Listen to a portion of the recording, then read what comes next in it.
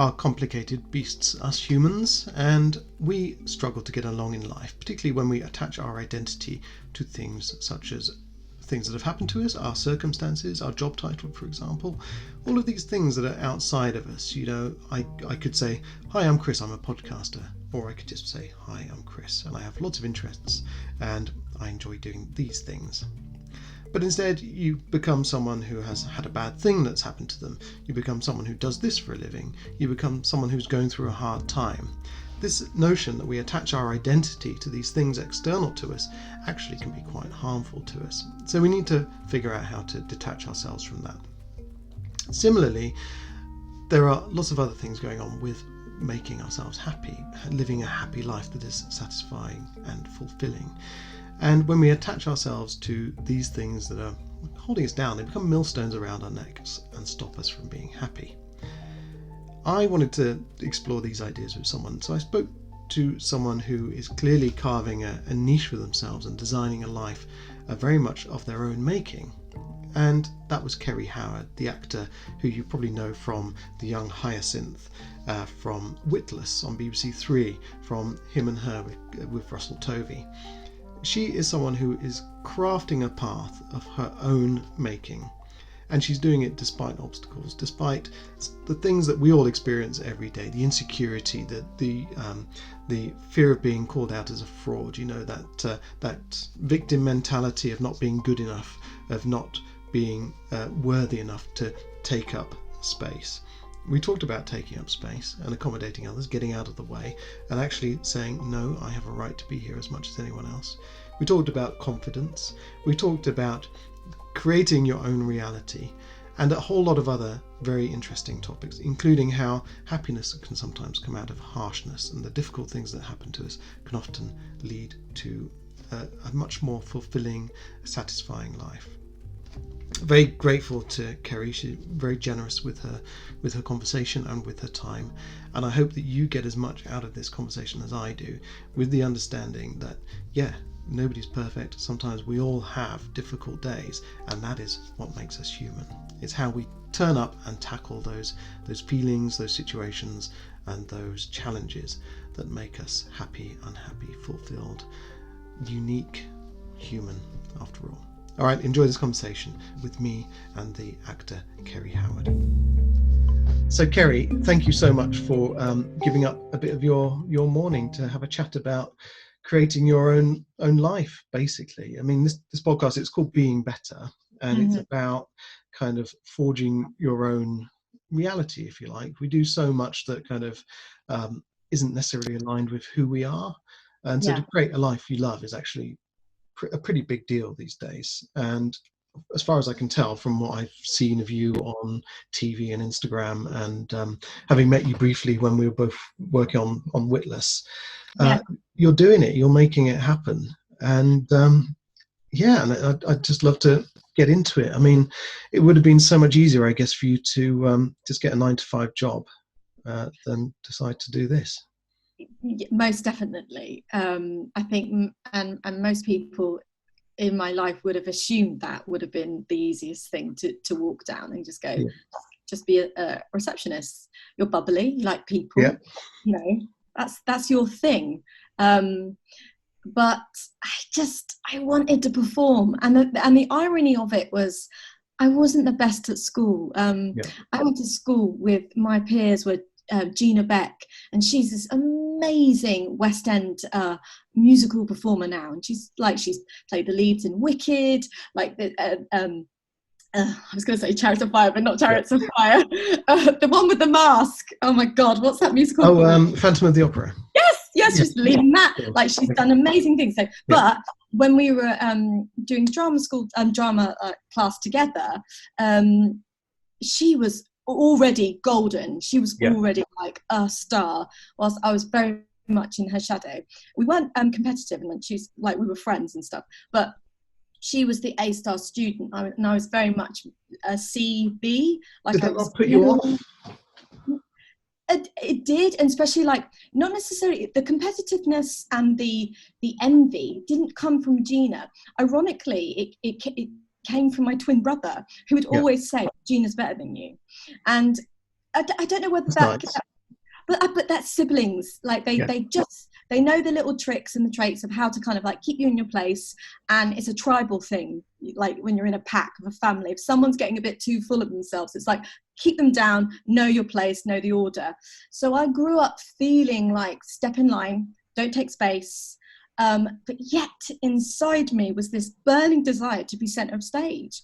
And maybe it's because I was so placid and so compliant in my family unit of be a good girl, that me becoming an actress was a real sort of act of rebellion, of kind of like going, no, like fuck off, I'm going to be this thing that no one thinks I can do, and it's going to take me years, and I'm going to still keep doing it even when I'm 25 and I still haven't got an acting job, still don't have an agent, like I should have a normal job, but no, I still want to be this actress, and I'm going to do this physical theatre course for 6 weeks that won't actually come of anything, but it's my path and it's going to help me for some reason. I know this is going to help. And then it wasn't until I was 27 that I actually had an agent, that I actually booked my first TV job. So I had like most of my 20s of no work and doing free fringe theatre and working in sandwich shops, and my whole family, like, they supported me in the fact that nobody stopped me from doing what I was doing. Yeah. And luckily my dad was working in London. He had a flat. So I was able to live in the flat rent free. Like a lot of my contemporaries who were working in sandwich shops or ushers in the theatres, they all had to temp in the day. So they didn't have that privilege to take time to work for free, to do some free fringe crap play. I had that privilege to do these really, really crap shows. But, you know, every single one was, I'd met a new person. Not necessarily was the show the breaking thing, but it was the networking and building up a tribe of people that saw me and was like, you're welcome here. This is your land. Yeah. And every sort of, every like comedy night I went to, a sketch night I went to, and the sketch comedian would want to talk to me and we'd connect, I felt validated, like I belong here, I'm allowed in this space, this is my space. And it took years. How much of that then is, do you think, about just turning up, keeping the faith and keep showing up, even if you're not the best and you haven't got the kind of lead role in Phantom of the Opera, but if you keep turning up and you keep kind of meeting those people and being in that scene, how much, you know, do you think there's, as a kind of percentage, if you like, how much of that is important as opposed to how much talent you've got? 100%. I think you just have to keep showing up, and you have to be passionate about what you're doing. And it doesn't matter that if you've just got one line or no lines, if you're allowed to be on stage, you take presence and you can do something with your face that will make people look at you. Like, acting is your skin. It's not necessarily the literature of all the words. It's being an energy on stage and having people look at you. I mean, ultimately, I think performers are deeply insecure, and they're like loveless puppies. They just need that admiration. And I think that's why good performers are fascinating, because they're so vulnerable and they allow themselves to be vulnerable and for people to see their scars, which makes them more fascinating, interesting performers. You often, when you meet someone who's got it, you think, actually, when you talk to them and you get to know them, they've had a really hard life. Do you think a lot of actors are kind of extroverted introverts then, who are kind of deeply in here, but then when it comes to it, they can let it all out on stage through these characters? Yeah, the good ones are. Like, you know, you get actors that are the stereotype versions of actors that are like showy all the time and singing in your face, and you're like, oh, for fuck's sake, like, I'm not. Yeah, back off. Oh my God, we know you're an actor. Chill out. Like, and I think in a weird way, they're more insecure about being an actor because they have to perform all the time. And so they give too much, and it's not truthful. And I definitely think introverted, extroverted, that's the healthy balance. And that's where you get authenticity whenever you do a role. And also whenever you're a person, human, and you don't have a role attached to you, you have to just be. You can't be an actor taking your kids to school. You've got to be a mum. You've got to be there in the moment and not think about anything else. You've got to engage with people. And I think sometimes when you are a public performer, it feels like an albatross on you sometimes, because people expect it all the time, and I'm constantly downplaying it. And I mean, now Wesley, my eldest, is 6. I think people forget I'm an actor, which especially now in this year, but like that was one of my biggest things that I wanted to kind of downplay straight away, is like, I'm Wesley's mum more than anything. Yeah. I mean, it's really difficult, isn't it? Because on the one hand, you want to be in the public eye. You want to be this person on stage or on TV, really making the most of this role that you have. But at the same time, you still want to be you. Yeah. And there's a kind of weird balance there that you have to kind of get right. And it's like, I've seen actors on the street who will, spend hours signing autographs, but then other actors are like, oh God, I'm just out with my friends and my family shopping. Can you give me some space here? And it's a really difficult, must be a really kind of duplicitous is not the word, but there's this kind of two-sided. You have to navigate that, and you have to, like, if someone comes up to me and sort of says, oh my God, are you in that show, then like that's taken them quite a lot to sort of come over to me to say that. And a selfie takes a second, but me saying, no, I'm with my kid right now, that's going to be a 5-minute interaction, and they're going to leave feeling a bit negative, and I'm going to feel a bit negative because I've been negative. So I'm in a bad mood, they're in a bad mood, and it's like, well, that's not very nice for the universe. So it's like, in rule of thumb is just be nice, nip it in the bud. Like it move, like, and that goes for any interaction. Like, it moves. If you want things to move on, Speedy, just be nice. Just be nice. How do you generate that kind of forward motion? Because I mean, acting is there's a quote by Sam Neill of Jurassic Park fame, and he said there's a danger in acting of identifying yourself as an actor. And an actor who isn't acting becomes a sort of non-person. So if you're not acting, what are you? So we have to identify ourselves as human beings first and our job second. So I am Sam. I'm Sam Neill. I act sometimes, but not I am Sam. I am an actor. What I do is separate to me. So it's like, you've worked pretty much consistently since 2009. I was looking at your Wikipedia page, but there must have been periods where you're doing less work throughout the year than you are. How do you keep the faith in those times and keep kind of saying, the work is coming. It will happen. I think it was because I had the years in my 20s where I had nothing. So I had to work in sandwich shop. I was an extra for about 3 years for like Judge John Dee, Casualty, all EastEnders. I did all those shows. And I very much had to be Kerry for a long time, because I couldn't actually say I'm an actor because I didn't have an agent and I wasn't acting. So I didn't hold that label for such a long time. And then when I actually got an agent, and then I actually did my first job with Martin Clunes, I still found it really hard to sort of like have the word actor in my mouth. Like it wasn't a part of my identity. And that's so interesting that Sam Neill says that, because there is that sense of, when you're not acting, you're a non-person, because it's really hard as an actor to, and this sounds really like first world problems, to have hobbies, because you can't really commit to a 6-week course in ceramics, because during those 6 weeks you might get an audition and bam, you're going to India for 3 months. So it's like and also booking holidays, like whenever you book a holiday you always get a job where you like, oh my God, I'm in Swindon for 5 weeks, I can't go to Tunisia, like, so everything, like I didn't go on holiday in my 20s for about 8 years because I was terrified I'd miss a meeting. That's mental. Like that is mental. And if I to talk to young actors now, it's like, take your holidays, do courses when you've got the chance to do courses. Like everything you do and every person you meet, it all informs you. Like, hang out with non-actors. Like that is so much more important than being like, and I know like networking is really important at the beginning, but like stay grounded, because they're the true characters. Like actors, we are kind of like, I don't know, we are imprints of other people. So sometimes it is hard, especially when you've collected so many characters. There is a moment where you go, oh God, who am I? And you do feel a bit like a non-person, until, for me, and this is a very subjective personal thing, and you can't sort of say, oh, it will happen for everyone. When I had my first child, I was 32, and suddenly it completely galvanized me. I was busy, I was busy all the time being a mum, and then the acting was dripping in and out, but perfectly. And I actually was like, this is what happiness is. I absolutely love being busy. I friggin' love being a mum.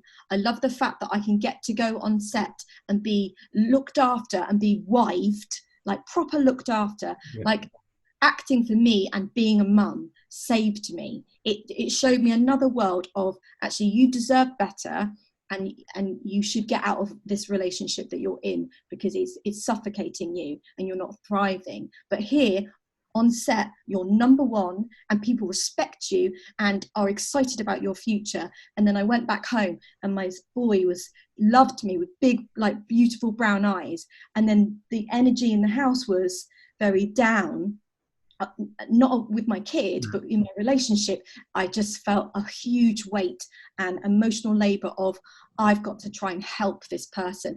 And I didn't have the answers, and it was really heavy, and I didn't feel special, and I didn't feel like, oh my God, it's important that I fly. I felt embarrassed, and I felt like I was emasculating someone, and I was apologizing for myself and for my space, and I was becoming smaller and smaller in that world. Are you talking about your relationship with your yeah, ex? with my ex? Yeah. So well, that brings us on to, because you ended up going through a divorce, which is a very difficult thing. Yeah. But this is something we kind of touched on before we kind of started the conversation. But sometimes, creating a life of your own design is aligned with your values and what you want to get out of life, and happiness and fulfillment and satisfaction requires making some difficult decisions. And I mean, throughout my life, I've always kind of avoided difficult decisions. And in school I never worked hard because I was scared of what would happen if I failed and that kind of thing. So I was kind of retreating from everything. And then in my photography career, so I spent 10 years working full-time as a photographer, but like you said, I became more and more focused, and it actually started suffocating me and suffocating my career. But when I made the decision to break free of that and really face up to it, suddenly my world got a lot bigger. How important has kind of making difficult decisions been to you, steering your own ship, if you like, and taking ownership of your situation? Yeah, I think because I had the duality of my home life and my set life, and throughout the years, I've collected amazing producers and people and writers who've written shows for me, and that does not happen every day. And it was like I kept having to have sort of talk to myself and little mantras of going, you have to be good, Kerry, because if you're rubbish, why do these people keep opening the doors to you and asking you what ideas you have? Like, what actor has that? Not many actors. There are a few, but it doesn't happen to every actor. You must be good. Like, keeping sort of like rallying myself, because I wasn't working that much, but still the doors were open, and I wasn't like super famous. And I'm thinking, why are they even entertaining developing a sitcom for me? Like, what? But again, it was like I had these guardian angels along the way that like are my army, and they really, really sort of supported me. So in that side of my life, it was really strong and really kind of like overwhelming, and like, if I follow this path, I'm going to go all the way steadily. And then at home, it just was it just didn't marry. I loved being a mum, and I could make that work with being an actor and writer, and I felt balanced in that. But I couldn't be the wife that my ex-husband wanted me to be, and he couldn't be the husband that I needed him to be, and I just felt like for years I felt like a fraud. I just felt like, oh my God, I'm living a lie. There's this whole other world where I could be an absolute superstar, and then this other world where I don't feel supported at all, and I'm fucking up all the time, and all I'm trying to do is be a good mum, and it's just not working out. Did you ever feel like this is the price I have to pay for kind of this hard stuff that I'm going through here, which isn't quite working for me? is the price I have to pay for the good stuff over here. Did you ever feel like, yeah, okay, this is just how it is, and there's kind of, or were you like, no, I I deserve. was I was just so confused. I was so confused because I was like the main breadwinner. For me, I was like, we own a house in London. We're actors. We've been able to have 2 children. We're still in our early 30s. You don't have to work in a sandwich shop. What's the problem? Yeah, Like I was banging my head going, what's the problem? And clearly I don't know that answer because I'd still be married. yeah, But the children came along and they made me take the space, and I was the mother, and I got more confident at home. I wasn't so compliant. I wasn't so placating. I was getting stronger, and that was causing a lot of arguments. And then I was just like, I don't want to be in the house. I don't want to be in the house with arguments with young children. I didn't grow up like that, and I don't think it's healthy. And ultimately, I wanted my children to grow up in Bath. Like that was always going to be a discussion.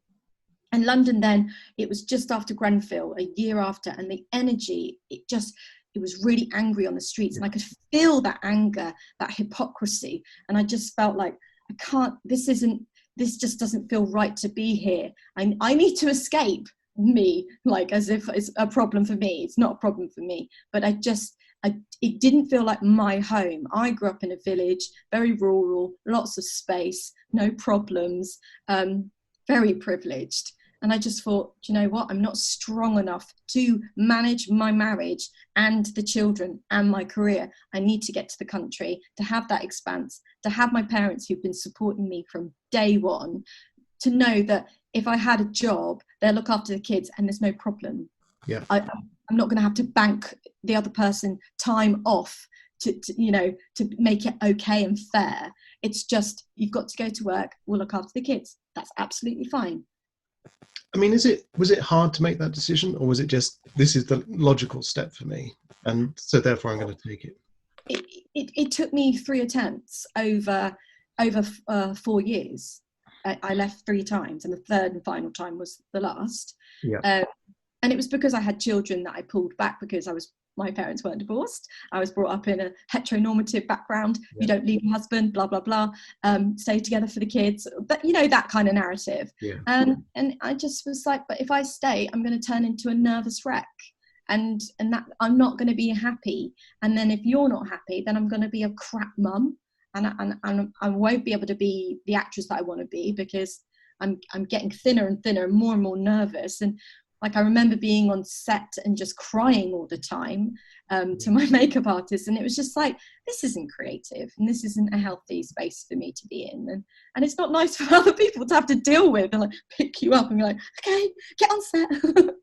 I mean, this is the whole thing. You are, in one aspect of your life, you're this successful actor. But life is not just about one aspect of your life. It's about all aspects of your life.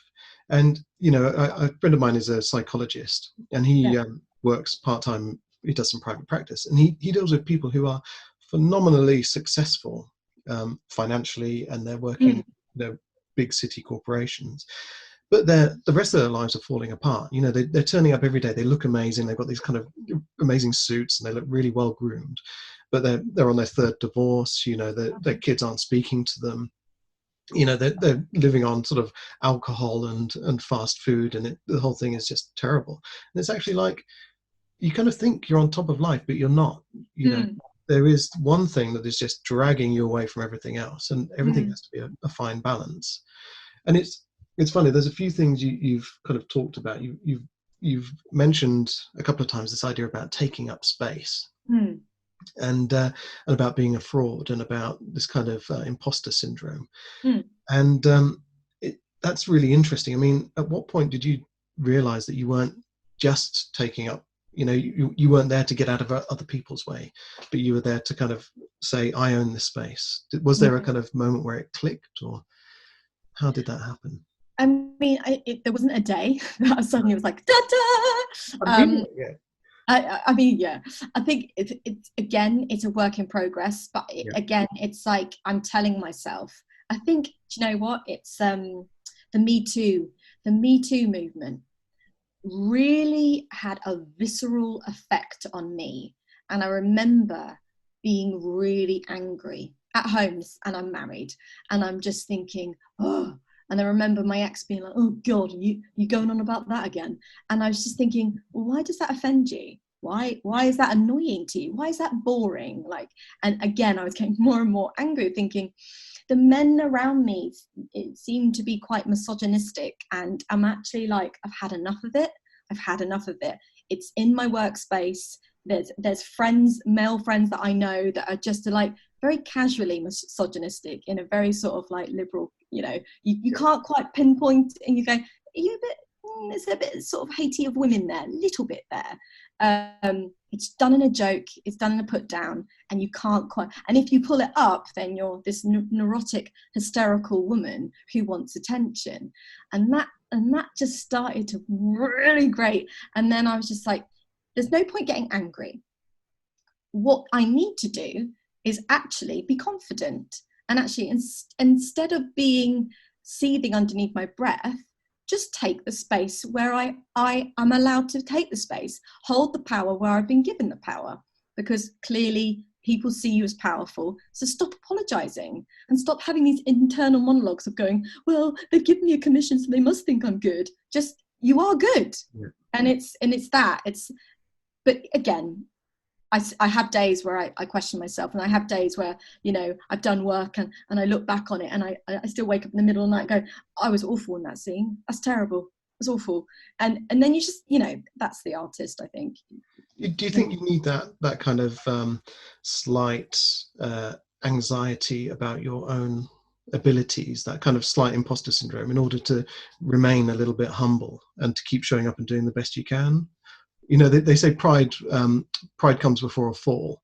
Do you think the moment you actually say, yeah, I am amazing, full stop, is the day when people suddenly turn around and say, you're not actually all that? Yeah. I think artistically, it's good to have a bit of anxiety, because yes, you do your homework then, and you really work hard, and also I think you're more open to new talent as well, because it's a conveyor belt constantly. So it's like, you're not the first and you will not be the last. So look backwards, look forwards, and be happy that everyone's on this belt with you. Isn't that exciting? However, in your personal life, as a human, I think it's time to say you're amazing, and I think it's time to like yourself, and that you're enough, and that's okay. That is something that I'm trying to do actively every day. Like, even when I post an Instagram video of me doing exercises, that is to sort of like motivate me more than anything, of like, I'll show up. I'm showing up for Instagram, doing my exercise videos. If it makes people want to do some exercise, great. But it's also making me do something positive, and I'm getting feedback, which is making me feel good about my choice that I did that exercise thing. So then I'll do another set the next day and the next day, and I'm starting to feel really good about myself and empowered. So there's a kind of aspect of taking ownership of your own life. I was going to talk about your kind of exercises that you do post these exercises of you and your friends doing workouts at home, and I've always thought that people who exercise, they are the kind of people who say, yes, I have a say over my life, over how I look, how I feel, and that I'm aware that the actions I take today will influence how I feel tomorrow or in a year's time, or that kind of thing. Whereas other people, and certainly I've been in this kind of state, will say, oh, there's no point in me doing this. I'm never going to lose weight. Life is never going to work out for me. No, there has to be a certain amount of faith. And you were talking about being enough. And I hear people say this all the time, you are enough. You have to say to yourself, you are enough.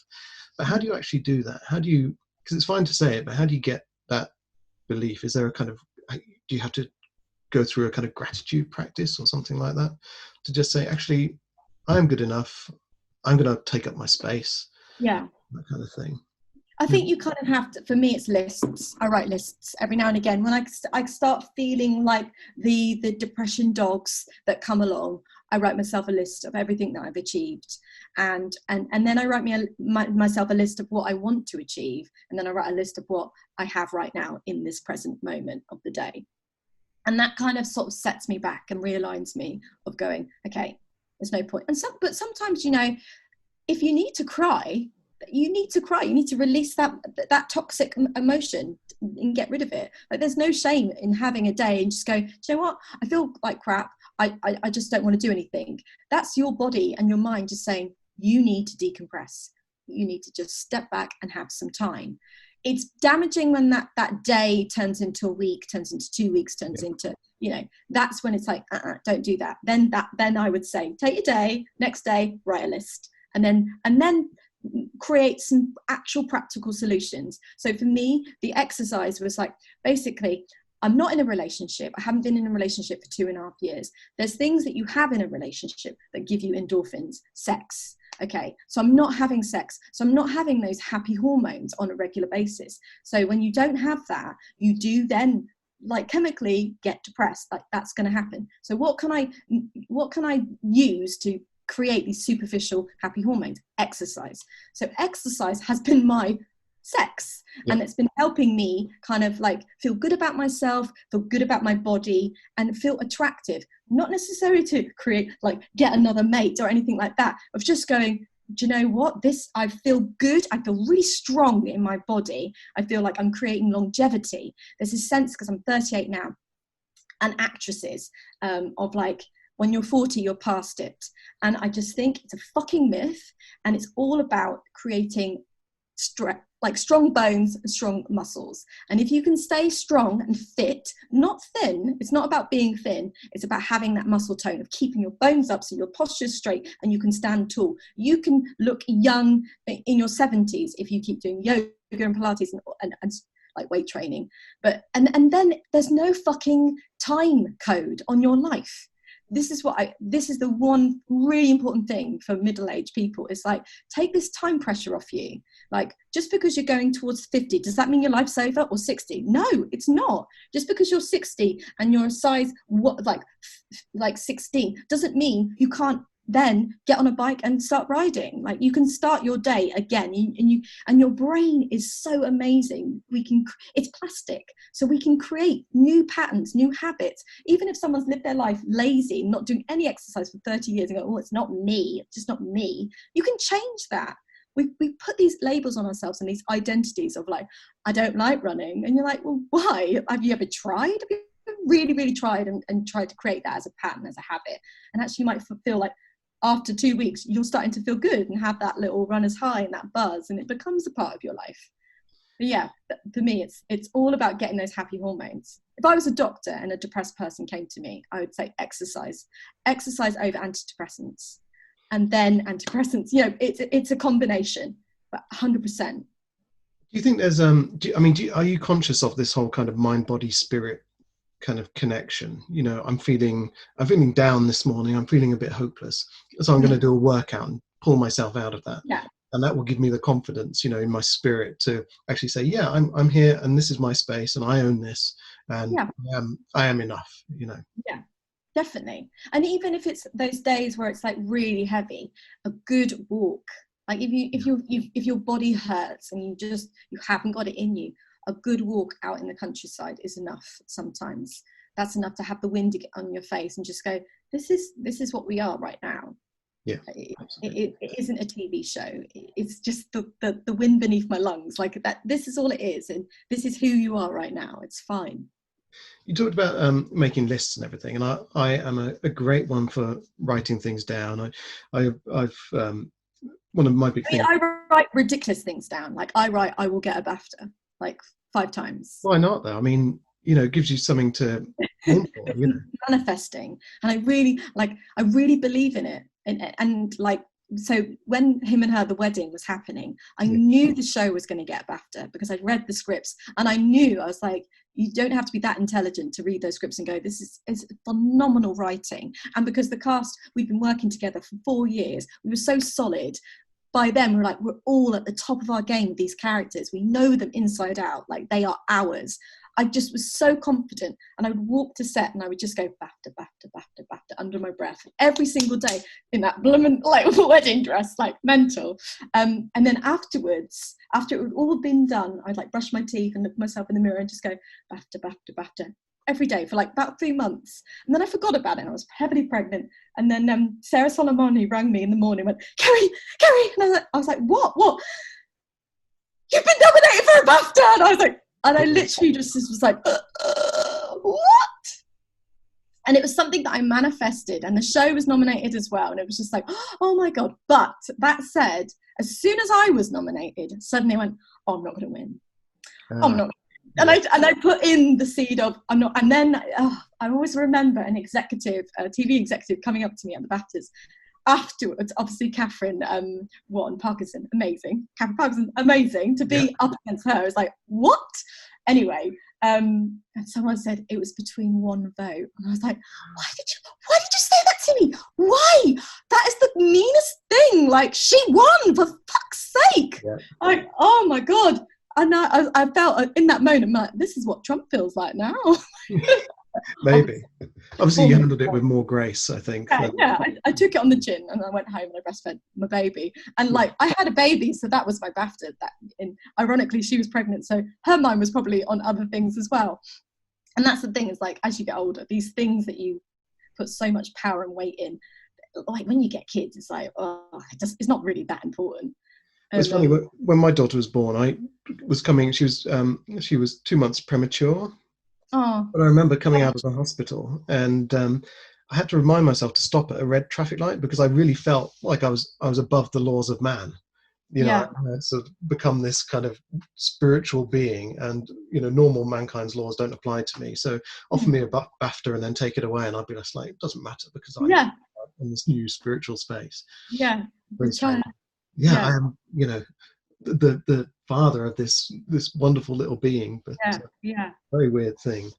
But talking of manifesting, I mean, how much of people talk about manifesting like it's this kind of, you put a wish out to the universe and suddenly this thing materializes in front of you. But manifesting can actually be about putting in lots of hard work, making the right decisions, and, you know, getting your due rewards, you know.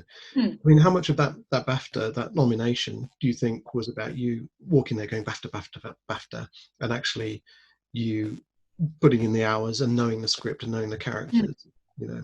It's all work. I think the other bit, it's just that lovely fanciful blind hope of this is higher than me, this is bigger than me, this show. And we were all the cast was so excited. There was a real sort of electric atmosphere in the set, like on that, particularly on, there always is with that particular cast, but on that series, the energy was something else, because we all knew we were outside the flat for the first time as well. We were really excited. We're like, we're outside the flat. Our characters exist outside this fucking flat. But yeah. Like, there's the cosmos, and there's like believing in the universe, but then absolutely you have to do the work. It doesn't just happen. I mean, I think you can, laws of attraction, like regards with people, you can think about someone and it's not, and then they're in the street, and that's not that's like, oh my God, I've made that person come to me. It's because you've tuned into that person and you've sensed their energy, and then all of a sudden they're there. It's because you've sensed it, like, because we're beyond ourselves, our physical being. Like, I do believe, like, when we die, our atoms, they go somewhere and they malinger, and whether they hold, which is hauntings, or whether they just go into something else. I don't know, a table. Like, a table is alive. Everything is alive. So I don't think there's anything strange in, like, oh my God, I sense someone. It's like, there's energies. Of course you sense someone. You're in tune with that. I think there's some of it is very kind of, you know, you have attention biases. So if you are kind of, they call it the yellow car theory, don't they? If you suddenly think about yellow cars, you're going to start noticing yellow cars everywhere, because you're tuned into that. And you can use that to tune into opportunities, and you know, whereas some people walk around with their head down all day long, you can walk around with your eyes open and being receptive to and see the signs that what you want to see. Yeah, absolutely. And I spoke to Martha Beck, who is she's called America's best known life coach, but she's a bit more than that. She talks about intuition a lot, and she has this thing called a spirit mule. And it's not an actual spirit mule, but it's Yeah. it's a word she uses for being aware of what you are aware of. Yeah. So, because that's your intuition talking to you. So when you start to pick up on patterns throughout your day, that's actually your intuition saying to you, you're feeling anxious about something, or you have a drive towards something, and listen to that. Some people, Wayne Dyer said that when you pray, you're speaking to God, but when you listen to your intuition, that's kind of God speaking to you, depending on what your kind of idea of Yeah. God. Yeah. And so there's a little bit about that, and I think when you're in a group of people like those, the rest of the cast and the crew on that set, and there's that energy, that is all kind of, everyone is pushing in the right direction. Because Yeah. I mean, television sets can be the really boring, tiring places to be. Yeah, very volatile and Yeah. really like psychologically damaging at the same time if you're not on the same page and if you're not willing each other to win. If you're working with an actor that wants to undermine you and wants to be better than you, it can be the most horrific experience, like awful. But luckily that's only happened to me once. That energy as well doesn't win awards, does it? That doesn't No, make no. greatness. And Yeah, I suppose you can try and force it like Apocalypse Now, where you're out in the jungle for 2 years or whatever, and everyone's having nervous breakdowns yeah, because they're just trying to force this horrible project together that eventually yeah. will become something good.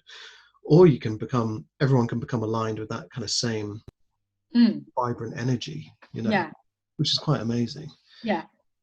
And I don't think you can. I think it just happens. You just get lucky with a cast and with a good production head. You just get lucky, and it always trickles down. I mean, I will say it comes from number one, and Russell was number one, and he's the most kindest, generous actor you could ever meet, and he isn't like he's just not that guy of making you feel like you're underneath him. He just he made everyone feel like they were the leads, which Yeah. I just think is so generous for someone like him. And like, I'm working with him at the moment, and I have to pinch myself going, I can't believe he wants to work with me, this is insane. But he's special, he's very special.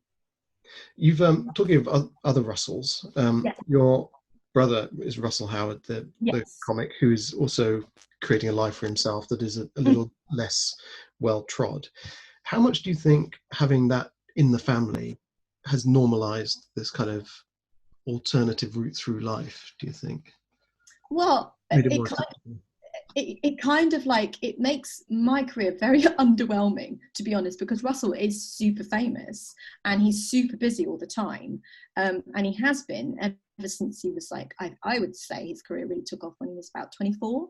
Okay. And like, he's 40 now, and like from 24 to 40, like every single day he's been a comedian, whilst I've had sporadic moments where I've been a part-time actress, and then now it's like I literally do say full-time mum, part-time actress, like that's my tag for myself, that's my identity. And then the space in between, I'm this non-person of going, oh, I should have a hobby in ceramics, what am I doing? But Russell is 100% a comedian. He lives and breathes it, and there's a reason why he's only just got married, like, because and his wife is a doctor, so she lives and breathes her career, which is really important, and lots of hours. Truly successful people, there is a sacrifice that they have to, that their private lives aren't as, they go on great holidays, but most of the time they're working really fucking hard and there's no time off. He must have gone through some of the things you've gone through, though, in terms of having to do the free shows and do the hard stuff where you're not getting paid for it, and you think, actually, I really suck tonight.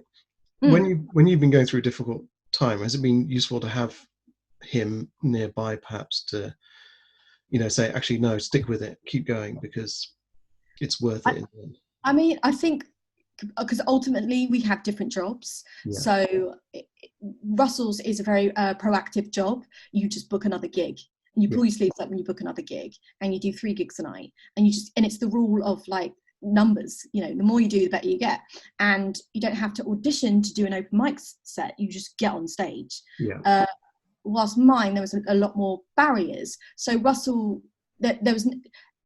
He couldn't really help me verbally and give me advice because they're completely different careers. And And there was that sense of like, it's really hard what you've chosen to do because you're not in the club, and I don't know how to get you in the club, and I don't, what do you expect me to say? I don't know it. It's not my world. He just knew the world of showing up, booking a slot, and then just doing it, and driving up to Edinburgh with £10 for a gig that paid him £10. It had cost him 50 quid or 100 quid in petrol to get up there, but he had to get to Edinburgh to do that one gig and then come back, and then that was it. Complete session. Do you think then you've had to be quite strategic in the way you've done things? Because if you're say you went into stand-up comedy, you could practice day in, day out, turn up to the open mic sessions, but when you're an actor, you've got to actually be quite deliberate in the way you choose your next steps, as it were, in order that you do get the practice, you get the exposure to the right people on the right sets, all that kind of stuff. Do you think it's a pretty difficult thing that you've done to get this far? Yeah, and I kind of look back and go, how? And people who've grown up with me have gone, wow, if I followed your route, I would have given up in the first year. Like all the signs and obstacles in your way were literally going, no, you don't belong here. Yeah. I mean, I remember when I first signed with Karushi, and I was with a troupe called the Umbrella Birds, and we did our first Edinburgh show, and we got a Radio 4 show straight away.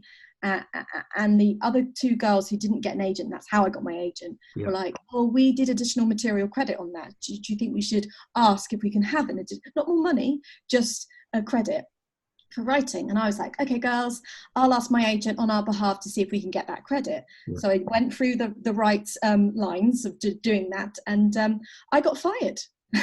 Wow. I got fired, yeah. And then there was a real moment when the person was like, you represent my husband. He's really upset about this. It feels like you're going against him. I don't know if the husband agreed, like his wife was talking on behalf of him, but he was a huge star in that agency. And the email was basically, I remember showing it to my brother, actually. This is the one time where I leaned into Russ and I said, I'm not going to tell you what I think this email is. Just read it. And he read it and he was like, oh my God, this is a blackmail. This is basically saying, drop Kerry or he's going to walk from your agency. I was like, isn't it? Oh fuck. And I was like shitting myself. I was doing, at the time, a free bit of Fringe in the Hen and Chickens. And I literally was so scared because I had no job booked in with my agent. So I was like, you've just signed me. I'm a nobody. And now your biggest act might leave you because of me. And it was really discombobulating, really scary. And I remember my agent, Tori, at the time just saying, and she's amazing, and I'm not with her anymore, but I love her forever. She just said, I don't care. I believe in you. You're a star and you'll be fine. I'm not dropping you because of that. And it was a real like moment of going, okay, this actor tried to ruin my career before it even started. I was 27, so and then a few months I booked Reggie Perrin. But this was like my big like door opening. I've got an agent and it's Karushi, huge, and like I was getting loads of auditions, and then suddenly this woman was like, I'm going to destroy you. And she didn't. But I've had that in very minor ways, but I've had that going along the way. In a weird way, I thank heaven and hell for that moment, because that's prepared me for the industry of like, no one wants you here, so you're going to have to fight at every point, and you can't take it personal because it's ruthless.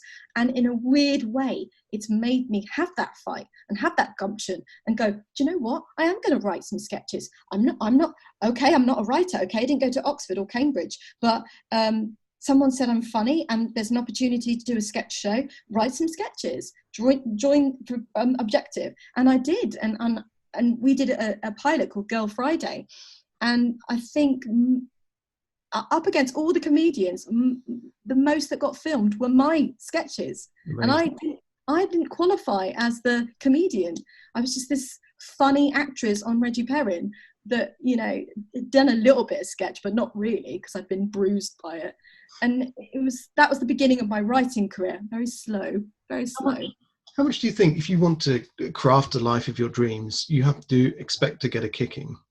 How much do you think the lotus grows on mud, if you like? Yes, 100%. Like if you're going to create anything of any worth, Yeah. then yeah, because I think people who strive over adversity, you're always going to get gold. I think the ones that kind of it lands in their lap, and then they have a moment where they're not working, then they have breakdowns, then they have that sort of self-serving, like that they're like, well, why has this happened to me? Because they deserve everything. And for me, it's like, well, as expected. Every point where I shift up the ladder, there's always going to be a slight little opposition that I've got to fight for, which then makes me stronger, Yeah. ironically. It's funny. I mean, you talk about energy and bringing energy, and do you get any grief on Instagram when you post your videos of you doing exercises? Are there many haters out there? Like it's really weird. Like my fan base are really lovely and super, and because when I first started doing it, I'm like, my energy is like, normally people would be like, oh my God, that's so cringe. That's so attention seeking. What are you doing? And my attitude has always been, I don't give a fuck. I don't fuck. I'm not a cool actress. I'm not cool. I'm not a cool person. So I don't need to have these beautiful boxed photos where I look ethereal looking away. I'm not that person. I am who I am. I'm this raw, sometimes ugly, sometimes not put together. Like I post pictures and they're really badly sort of like, they're awful, of food and not even shot very well. It's rough and ready. I've done it in 30 seconds. Nothing's premeditated. I rarely filter because I just think, well, that's a lie, isn't it? Otherwise, when you meet people, they'll be like, why is your face all creased? Like, this is weird. You don't look like how you look. So my Instagram is, as much as it's kind of like happy energy, most of it is, I don't give a fuck what you think about me. It's who I am. This is making me feel happy. And if I think about it too much, I wouldn't post. And then therefore, if I don't post, I'm not taking space. It's going back to taking space. Yeah, exactly. Like, I'm going to take the space. And this may not be a very cool thing to do. And I may look a little bit rough and ready in this one, or a bit sort of like try-hardy, and look at me. I don't care if I come across as obnoxious or attention-seeking. That's on you. That's a transference from someone else when they look at a post and they have a reaction to someone doing something like that. Like, why should an exercise video offend you? Like, unfollow me then. Like, it's interesting. I heard a guy say once that people don't want you to be, people want you to be boring so that they don't have to be interesting. Because they're quite happy just being where they are. So the moment you start getting interesting, it's actually, they take it personally as a reflection on them, and it's that's where all this kind of negativity comes from sometimes. Yeah, you're changing. Don't change. Don't be that. Like, if you're a funny actress, then you must only post funny little quips. Like, you can't just be a dull person doing an exercise video. No, where's the punchline, Kerry? Come on. It's like, no, I'm not always funny, and like, this is something that makes me feel good, and I'm going to post it because I don't give a fuck. I did a load of work with Joe Wicks, the body coach, and he is just 100% the real deal. What you see on his videos, he's just totally like that, and he's just such a positive person.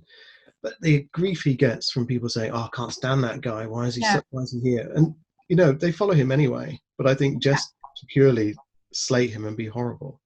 I think if I was on his level, then I probably would get trolls, because people who have that much of a scope, you open up the dragons, of course, because people are jealous. Yeah. The modern phenomena that is bloggers, that are like the new entrepreneurs.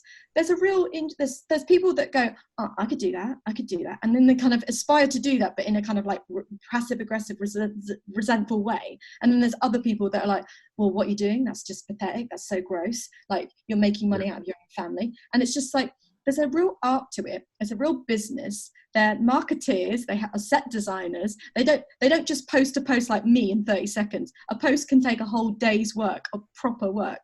And it is a business to be respected. And I kind of think that, yes, of course, it's not reality, because it's an advert. What they're doing is they're advertising all the time. So it's like watching an advert on telly that costs millions. They're now cheaper for brands to work with. That's why they've done so well. So I kind of think, well, if you're an intelligent person, the vloggers are not really selling their life. They're selling an idea. So Joe, yes, he is Joe Wicks, a PT. That is his job. But he can't really be on screen and be a bit down, because he's selling a lifestyle. He's selling a choice of to be, come on, get up and get going. Like, you have to, when you're doing exercise, you have to be in that mindset. And being proactive. I think when you meet a PT, they all have the same personality of like, come on, let's go, let's do it, because that's their job. And they chose that job. They love that job. So yeah, I think people, it's always transference. It comes from a place of, I want to do that. It looks easy. And actually, in reality, what Joe Wicks does day in, day out is not easy. It's hard work. And he spent years doing it as well.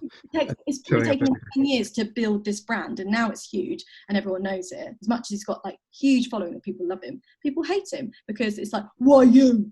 It's like, because he worked really hard. Exactly. That's why. So, I mean, we're talking about energy. Like, I look at Joe Wicks, I look at people like Jamie Oliver, Russell Brand. They've all got this kind of real big energy that they put into things. You have a lot of energy. There's a lot of kind of vibrancy. Just in our conversation today, there's a lot of energy. I mean, you must get tired at some point, but it doesn't feel like it today. It's so vibrant. How much do you believe that, like, the energy you bring to something is kind of the energy you get back from it? You know, the energy you put into the world is the energy you get back. I believe that that's the only way to be forward, especially with interactions, human interactions. Like, I like my quiet time. So when I've had enough, like, my family will be like, Kerry just takes herself out.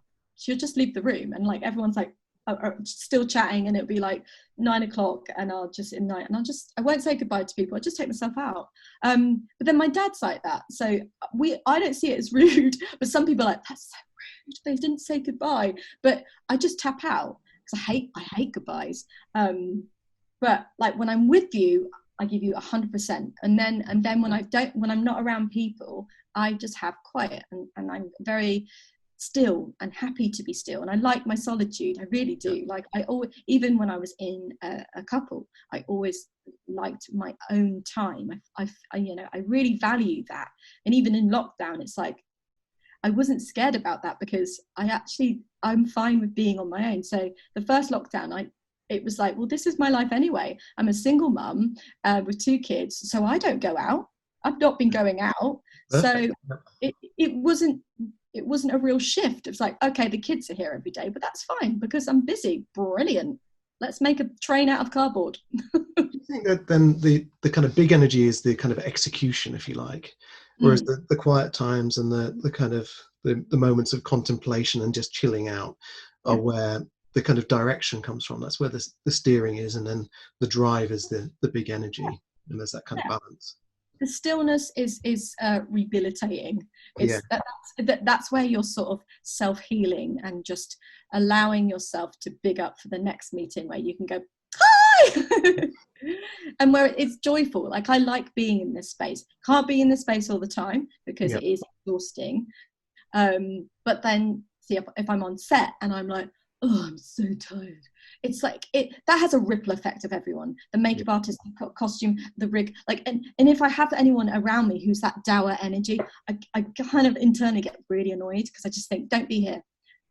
There's hundreds of thousands of people that would kill to be in this job. It's such a privilege. Like, don't be here. I mean, are you able to do that every day, even when, like, you're saying you were going through difficult times at home, yet you still had to turn up every day on set and bring that energy? I mean, is that, you can do that every day? I would say the first year when I left, I mean, the irony of the day I left my husband, I was offered a job, and the job was called Finding Joy, which I was like, I laughed at my agent, and I said, well, if that's not a sign that I've just done the right thing, I don't know what is. And then within a few days, Mule talking to you. Yeah. Within a few days, my agent knew the situation, and luckily, she made a very human decision for me, because I didn't know what to do. And she said, you can't do this job. Yeah. You cannot do this job. It's too soon. Because I would have had to go to Ireland within 2 weeks. And it would have been a real weapon. It would have been weaponized against me. So it was the right decision. And I wasn't in the right headspace at all. So in the first year, I was very frail, but I did work. I went to, I did the Freedom Program. which is an amazing group. And I basically went there in and out over the year, because you can drop in, just listening to women sharing their stories about how they got over their divorces and things. And it validated my reasons for leaving, and it gave me strength. It also terrified me at the same time, because some of their situations were a lot worse than mine. And I then started to get very scared. I was like, oh my God. And then just slowly over time, the stuff that scared you starts to sort of, the voice gets smaller and smaller, it gets quieter and quieter, and the panic attacks that I would have started to not necessarily be so bigger, but they started to internalize a little bit more. Like, I still have panic attacks, but my panic attacks will they'll be in my stomach like butterflies. Yeah. But I can function. I can have a conversation with someone. I can and they will not know that I'm having a panic attack. I don't know how I managed to do that, and I don't know if that's a healthy thing.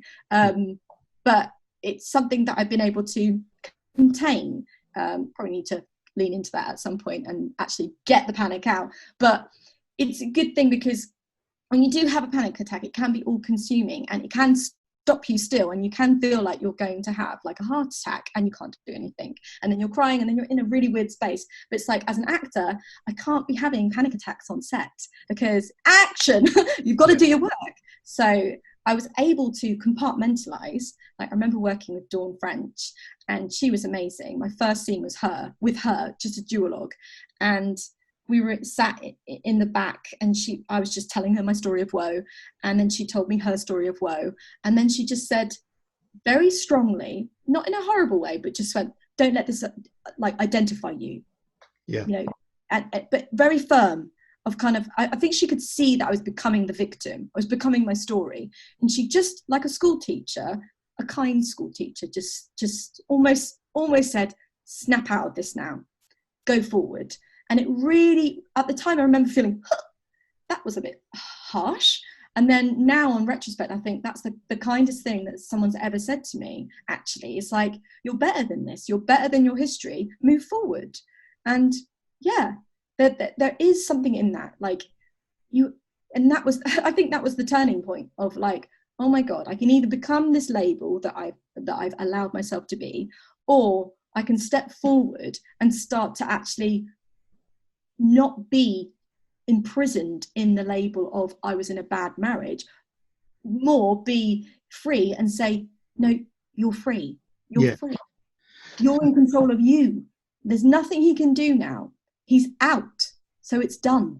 It's really interesting. It's almost like this this quote from Sam Neill. You know, he was saying, you know, for ages I was Sam Neill, the actor, and then when I wasn't acting, I didn't know who I was anymore. And then, you know, it's the same when we go through these very difficult times. You can say, I'm Chris, and I'm going through a difficult time, and that's who I become. I'm Chris. I'm going through a difficult time. But then people start to kind of say, "Oh, that's Chris. He's going through a difficult time," and that becomes it's almost like your last name, you know. Yeah. And actually, it's like, no, I'm Chris, you know, and that's who I am, and I own that.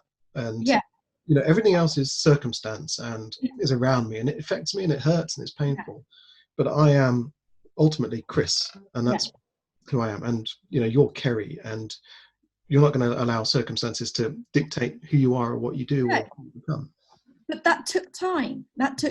Like, everyone goes, whether it's grief or bad divorce or like illness, like, you have to have the time where, oh my God, this is really shit. I don't know how to deal with this. I'm going to cry. I mean, I had 2 young boys, so I couldn't have an existential crisis. I couldn't have a big blowout. I couldn't go and take all the drugs in the world. I mean, I've never done that, but I couldn't have your normal, right, this is the scene where she goes mental because smashes the house up and smashes the house up. I couldn't have that scene because I had 2 young boys I had a baby. Callum was only 4 months and Wesley was just turning 4. So I had to just be a mum and be put together and just get on with it, roll my sleeves up and get on with it. And they saved my life, because if I didn't have those 2 beautiful boys, I probably would have had that scene. And a part of me is like, I really want that scene now. Like, when do I get to have that scene? But actually, I'm putting that in my writing and putting that in another character, displaced, not as necessarily about the situation, but in another sort of environment where I get to play that out. And then and then it's in a safe, happy environment and no one takes my children away from me.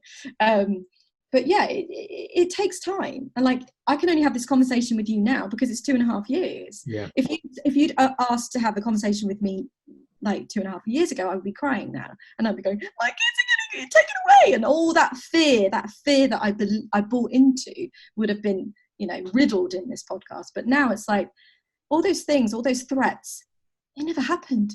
Nothing materialized, and I'm still here. I'm still standing strong. I'm the primary care of my children. That was my main focus. I'm a warrior. I won the fight, and nothing else that comes at me now will undermine that. It happened, and I lived through it, and I'm stronger for it. And do you know what? I don't regret it. I don't regret that fear, because that fear has made me. It's given me another layer around my heart. Do you think that the happiness we get from life and the satisfaction is in direct relation to the difficult times and the hard decisions and the work we've put in? You know, if you'd had a career that just was success after success after success with no challenges, no one trying to undermine you, you know, no one kind of saying, oh, strike her off, I'm not going to work with you if you have her on your books as well. If it just been kind of a BAFTA win for every role you'd ever done, do you think you'd be happy? I'd be a different person. Yeah. I'd be a different person, and I don't think I'd be writing. Yeah. And I think the things that I've written over the years and stuff that I'm writing now is a voice that's not been heard, and I think I feel more satisfied as a creator than an actor. Like, I love acting and I love creating character, but to actually get a blank piece of paper and to create a world and characters, it's a real privilege to be able to be allowed to do that and have these ideas, and for people to go, I love that world you've created. That feels more satisfying than playing a scene that someone else has written. Oh wow. I don't know. Yeah, so maybe I'm down the line I will act less and less, and I think the writing world might seduce me even more because there's more control in that. And I guess as much as you can make your lists about what you want out of life, you have to let that kind of the Tao, if you like, of Kerry guide you and you know, lead you into writing or lead you further into acting or directing, and just let it evolve. Yeah. I mean, ultimately, I always want to be near my kids. So the writing development takes a lot of time, which means I'm at home, and you know, I can take the kids to school, and I can take them to like to ninjas and things like that, and see them play football. And like, you know, I grew up with a stay-at-home mum, so that's very much, I kind of want to replicate that. But then again, at the same instance, I also want my boys to be empowered that their mum works for a living, and that I pay for their lives, and that women aren't there just to care, they're there to inspire and work hard, and they have creative ideas, and they take space. So it's a fine balance, but I think it's my main goal for my boys is for them to be great boyfriends. Fantastic. Yeah, I think that's a great husbands, and just to be happy like that. I don't care what they choose in their career. If they love their job, like that for me is, I love my job so that I am happy. If I didn't love my work, then I'd change. I mean, I meet actors who are miserable and they hate being out of work, and they really struggle. And those actors, I would just say, stop it. Do something else. Because most of your life, you're like 70% of your life, you're unemployed. And in that 70% of your life, you're destructive, drinking, you're hard to be around. Like, this is your life. You've got one chance to change your life, because you can't handle being unemployed. If you can handle being unemployed and you're happy with that and you're busy in your normal life, then fine. You can be a freelancer. You can be creative. That's great. But I'd say change gears, because it's a long life, and why be unhappy? Well, exactly. And you only get it once as well. So you've got to do work on finding something that works for you. And So I know we've already kind of gone over a little bit over time. So if we could sort of wrap up, if you could give, say think about my 2-year-old daughter. She's just about to kind of step into life. And she has a kind of blank page in front of her. If you could give her a couple of pieces of advice about how to take ownership and really create a happy life, what do you think you would say to her? I say, be kind to others and to yourself. Always share your toys. It's really important. Speak up. If someone's being rude or she feels like she's being bullied, speak up and go to the right authorities.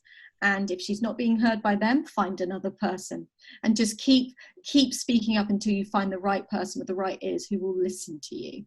And love with an open heart. Don't be afraid of love. I think people are really afraid of love and taking a risk, because there's so much options to especially with the dating apps and now, like, no one's going to settle because there's like 500 other choices. So take a risk and fall in love, and it might be the wrong person, but that's fine, because that relationship will teach you something about yourself, about your endurance, your resilience. Like, nothing you do is wrong. There's no such thing as failing in this life. It's just gaining more experience and becoming a fuller human being. If you haven't fucked up, then how are you ever going to give advice to the next person going forward? Like, mistakes are brilliant because they teach you so much. I am me because I'm riddled with mistakes, and I love those mistakes, because otherwise I'd be a blank canvas and just simple, and who wants to be a basic bitch? Yeah. That's why I'd say that. That's beautiful. So thank you so much for that. I'll leave you to your day. I've soaked up so much of your energy now. I need to leave you with a little bit to go away with. Thank you. But I really appreciate it, and I'm really looking forward to your next project. So yes, yeah, me too. I'm excited too. All right, Ed. Thanks very much. Well, I hope you enjoyed that conversation between me and Kerry. She is very generous with her time, with her energy, and like we touched on there, the energy that you give out to the world is the energy that gets reflected back. And, you know, Kerry has a very vibrant energy. So do all these people like, Joe Wicks, like Russell Brand, like Jamie Oliver. They have this kind of vibrant, infectious energy. If you're a low energy person like me, sometimes that energy just comes from outlook, perspective, your generosity with your warmth and your non-judgment, helping people, showing a bit of love to the world. Share that energy and it will come back to you. All right, so I hope you enjoyed that. If you want to find out more about my podcasts, you can visit my website, www.chrisbrock.uk/podcast, and there's lots of other stuff on my website as well. I've got stuff about my books on there, and my writing, and all kinds of other interesting stuff. So I hope you like this podcast. Rate it, review it, all those things you're supposed to do with podcasts. I don't really know what all that does, but it's what everyone else says on their podcast, so I'm saying it too. And subscribe, because I'm trying to do as many of these as I can, because I love it. I love doing this, and I hope you love listening to these conversations too. And if not, switch it off halfway through. You don't have to listen to the end if it's boring. All right, there's more coming, more interesting conversations with more interesting people, and I'm so grateful that I'm getting this opportunity to do this. If you want to go at it yourself, we all have these smartphones in our pockets, and they all have recording functions. You can go out and have a conversation today. That's how I got started. And just record a conversation with you and your mates, or just you sharing your philosophy on life, on whatever you want it to be, because there's no reason why you can't. The barriers to entry are down now, and we are all free to share our wisdom with the world and make it a much more interesting place. So do it. Do your thing. Take up space. Be there for yourself, because you have just as much right to anyone else, as Kerry has just so wisely told us. So thanks a lot for that, and see you next time.